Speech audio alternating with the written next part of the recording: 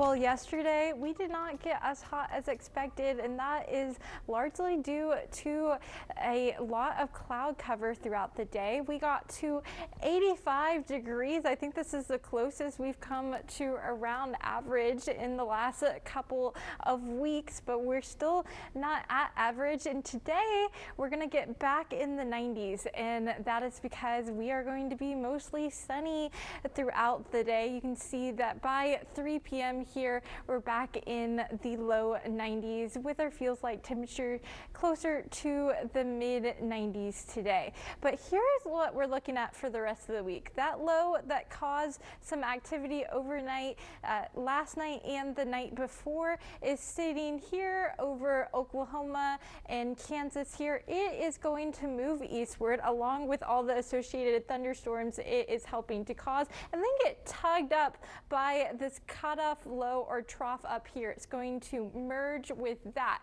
The next thing that we are watching though is this trough coming in to the central U.S. by midweek here. When that happens, a low is going to form downstream of it here, and it's going to drag a front across Texas with it. And so that is looking, the timing of that is looking to be around late Tuesday afternoon into the evening. Now we still have several days to pin down that timing exactly, but it's definitely looking more so on Tuesday and finished and out of the area by midnight. Behind that, we'll see some cooler temperatures and drier air coming on down with it. I do think we see some rain with this front, but not a whole ton. But again, we're going to continue to refine that as the days go on.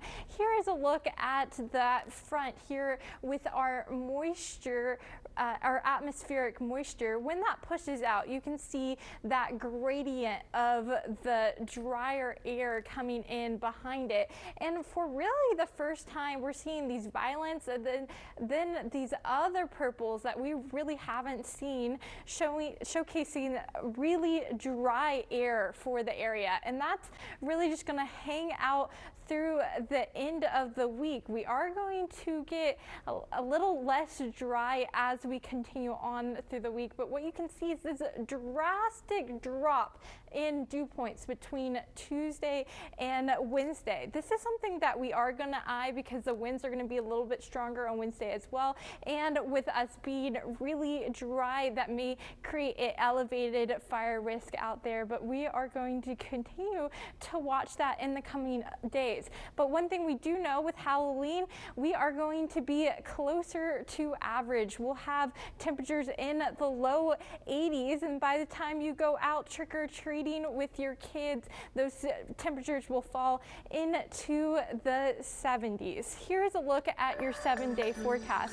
The biggest thing with this front is that you may be having to take out that jacket towards the end of the week, especially for the mornings, and then shed it towards the end of the day. But we will be seeing some below average temperatures, which is definitely welcome for the end of October. Josh?